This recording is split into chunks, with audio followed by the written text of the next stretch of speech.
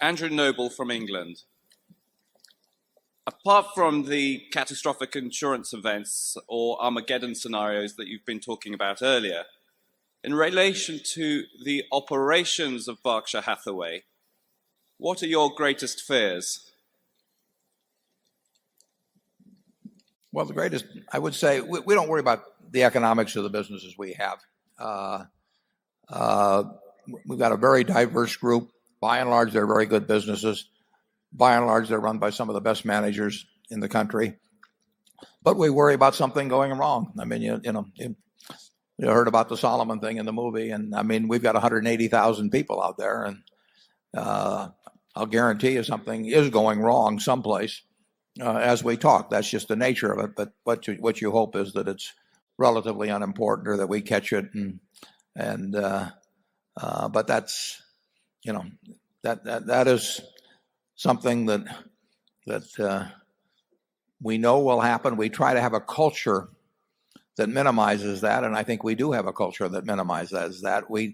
It's very important in our view to have the right incentives, and many places we think have incentives that aren't so good. I mean, when I get on an airplane and we own the company like NetJets, the last thing in the world I want to tell the pilot is that I'm running late and I hope we can get to New York a little faster. I mean, that is dumb to incent a pilot who may be worried that, somehow you affect his job or something, to get in a hurry about the takeoff or the checklist or whatever it may be. And companies do that time after time in their compensation plans or things that they incent people, in our view at least, to some of the wrong things. That doesn't mean nothing wrong will happen under any circumstances, but you should not have a system that causes people to, for example, worry about quarterly earnings.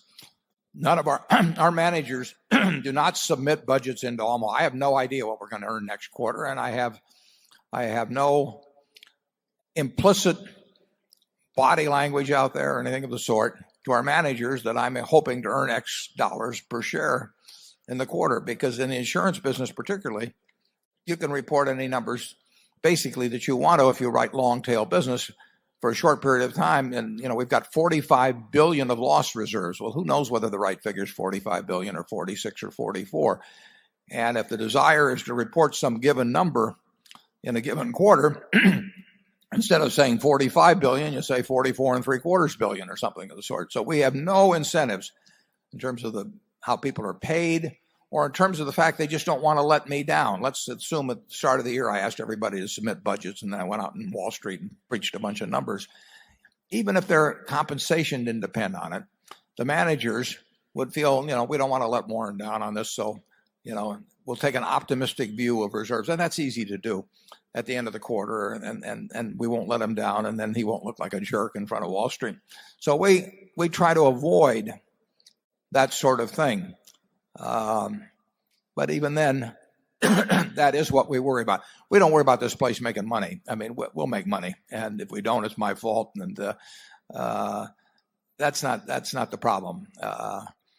The problem right now, in addition to the one we just talked about, the problem is deploying capital, and that's my job too. And I haven't done a very good job of that recently, but with a little luck, we will, in a different kind of market situation, we will get a chance to do that. Charlie? Yeah, well, if you stop to think about it, the history of much of which we don't like in modern corporate capitalism comes from an unreasonable expectation communicated from headquarters that earnings have to go up with no volatility and great regularity, corporate earnings, I mean. That kind of an expectation from headquarters is not just the kissing cousin of evil, it's the blood brother of evil. And we just don't need that blood brother in our headquarters. Businesses do not meet expectations quarter after quarter and year after year. It just isn't in the nature of running businesses. And in our view, people that predict precisely what the future will be are either kidding investors, or they're kidding themselves, or they're kidding both. And Charlie and I have been around cultures, sometimes on the board, where the ego of the CEO became very involved in meeting predictions which were impossible really over time. And everybody in the organization knew, because they were very public about it, what these predictions were, and they knew that their CEO was going to look bad if they weren't met.